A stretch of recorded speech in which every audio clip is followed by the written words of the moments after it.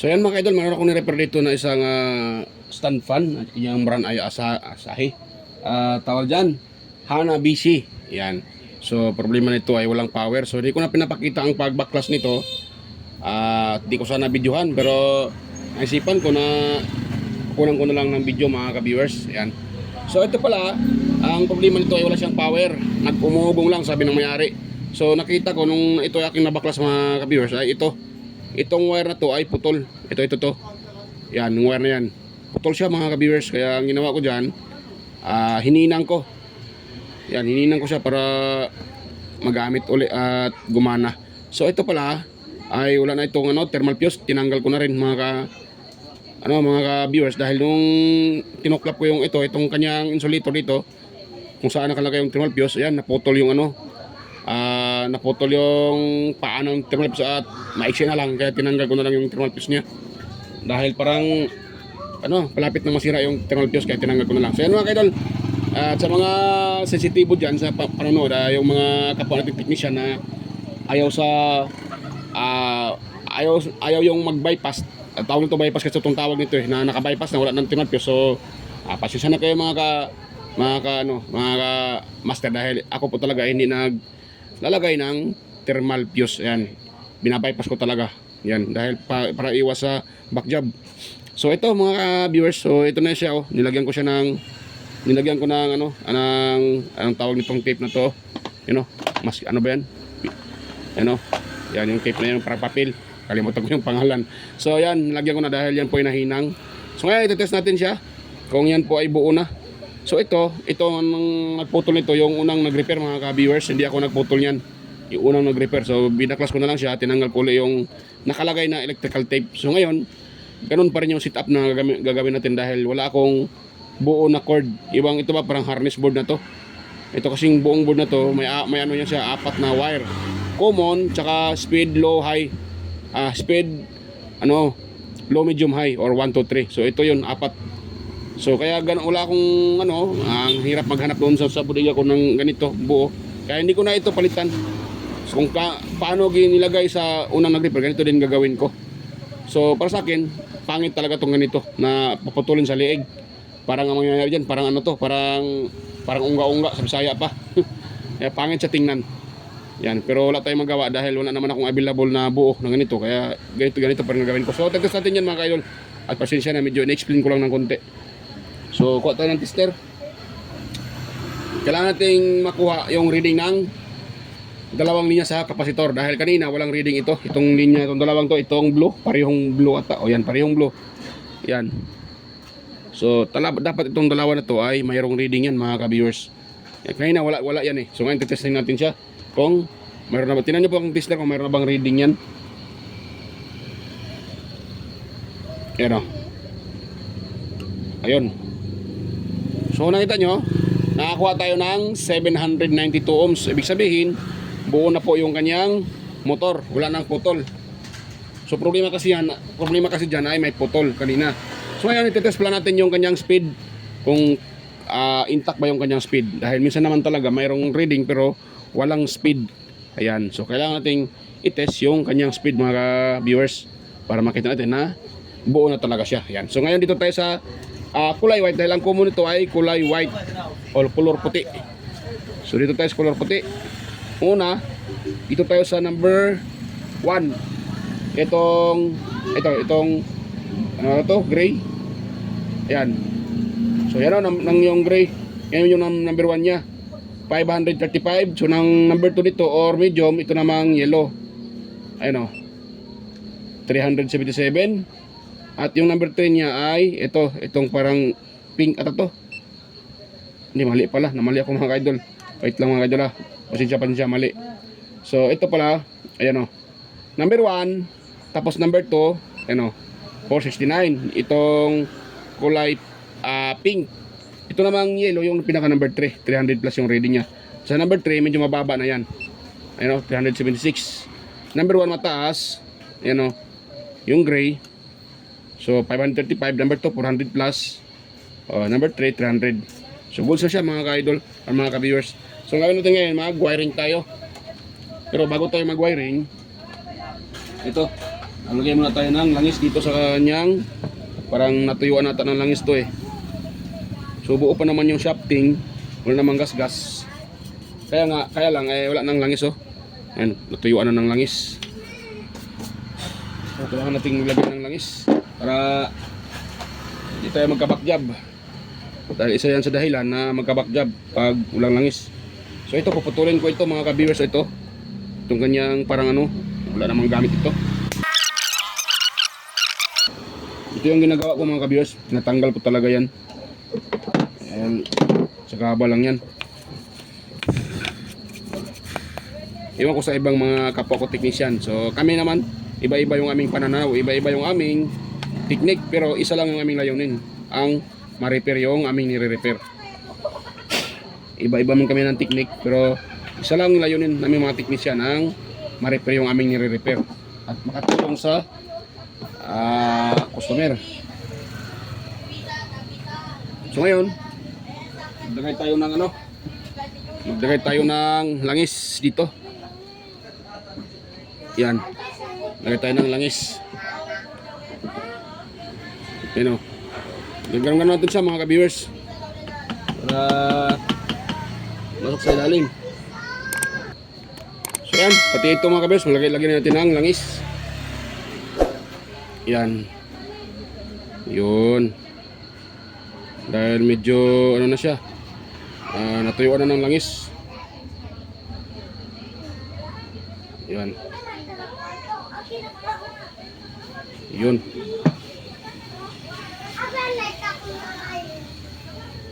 Yun, medyo nasobrahan. Ngayon, yung kanyang ito. Lagyan natin ito yung kanyang motor. Dahil may naman ito. Ay, pala, nakalimutan ko, hindi ko pala na ito na talian. So ito, tali ko muna ito mga kabisa. Ito, talian ko muna ng cable tie para hindi ito mahatak at para maganda din yung kanyang para hindi siya gagalaw-galaw. Muntik na sana makalimutan. Papala ito na talian. Yan o, gano'n natin. At lagyan ko din ito ng sapin sa ilalim para hindi yan So yan, balikan ko na kayo mga ka-viewers. So yan mga ka-viewers, tapos ko nang talian to. Ayan o, talian ko na mga ka-viewers. Yan, so na yung kanyang forma. So ito, ipasok na natin dito.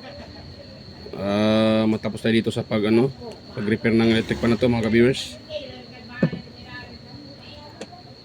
Yun. Yan.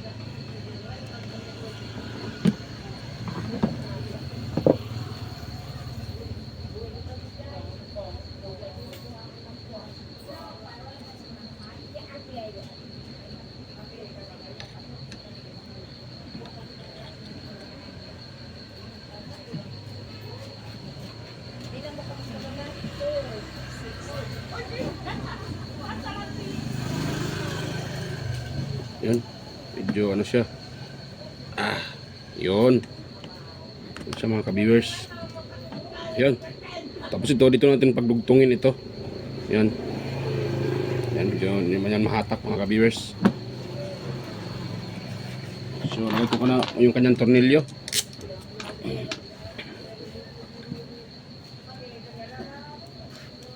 Yan. Para matapos na tayo dito.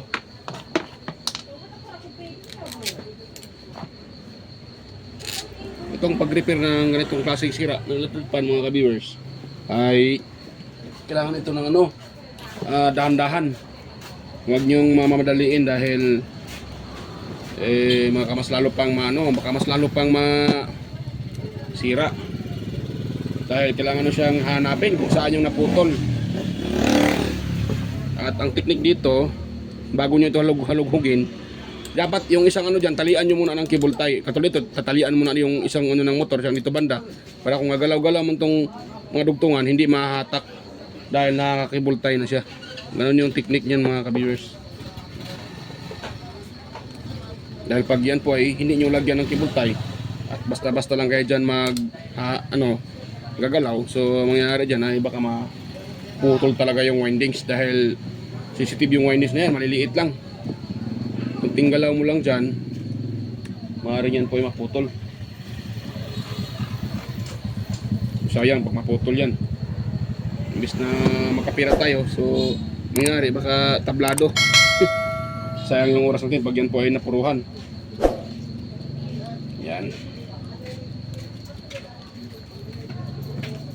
Yun. So, tapos papupukin natin to mga ka-viewers dahil hindi yan align. Ito. Isa. Dalawa. Tatlo. Ito. Hirap pa. Yan. Ayun, malambot to siya mga ka-viewers. Lambot na. Pati ito, papukin natin ng dalawang bisis. Yan yan. Yan o. Yan. Malambot to siya. So ngayon, ito, itong idugtong. So ito, ang pagdugtong nito mga ka-viewers ay ganun lang oh. So kulay sa kulay lang. Kung anong kulay dito, ganun din dito sa kabila. Ang kulay dito, ganun din. Ipagsamahin nyo lang yung kulay. Yan. Pagkatapos, lagyan ng electrical tape para ano, para hindi basta-basta makalas yan. So yan. Dugtong ko muna. Hindi ko napakita ang pagdugtong nito mga ka-viewers. Okay na siya. At assemble ko na. Yan o. So, yan. Ang ginawa ko nito mga ka-idol, hinatak ko yung kanyang wire. Itong kanyang wire. Sa ilalim. Inupin ko yung dito. Tapos, nakabuhol. So, hinatak ko siya konti para para siya dito sa haba tong dito konti. Tapos, ito siya, hindi siya porsado ba. So, ang ginawa ko, hinatak ko siya at dito ko itinali. Diba? Para ito, hindi siya parang porsado o bitin. Yan. Kasi pag yan ay nakahanging, ito ay ikot na magsiswing ito eh. Pag swing nito, maaaring mahatak itong kanyang harness wire o kanyang pinakaano na wire niya. So may tendency na baka maputol din yung mga ibang windings. At saka ito mag-lose contact dahil may mahatak. Kaya ang ginagawa ko para hindi mahatak, ito na lang yung hinatak ko konti dahil nakabuhol para sa lalim ito. So hinatak ko siya dito sa tinali at para magkaroon siya ng magkaroon siya ng free yung kanyang wire at hindi siya parang bitin, parang nakahanging ba. Yan ang maganda. Yan o. Ayan. So yan ang mga ka-viewers at ito ay ating ating siyang i-test. Yan. Pero bago natin i-test, ito muna ay lagyan ko muna ng cover. Ayan. So stay tuned lang mga ka-viewers. So ayan mga ka-viewers, okay na po at na-symbol ko na yung Hanabishi stand pan. Yan. So i-test natin siya mga ka-viewers. Tingnan natin kung malakas yung kanyang arangkada. So try natin sa number 1. Yan. Yan o. Yan, number 1. Ito tayo o. Ito 0. Ito number 1. Yan o. Ito, yan o po siya. Para makita nyo. So okay pa yung kanyang kapasitor. Malakas pa yung kanyang arangkada. Yan o. So yan, number 1. Yan mga ka-viewers ha. Yan o. Yan. Tapos number 2 natin. Yan o. So malakas yung kanyang arangkada. Ugod pa yung kanyang kapasitor. So dito tayo sa number 3. Yan o, number 3. O diba? Goods na mga ka-viewers. So umikot na. So na-repair natin. Yun ang problema nito ay yun lang kanyang windings naputol or naputol.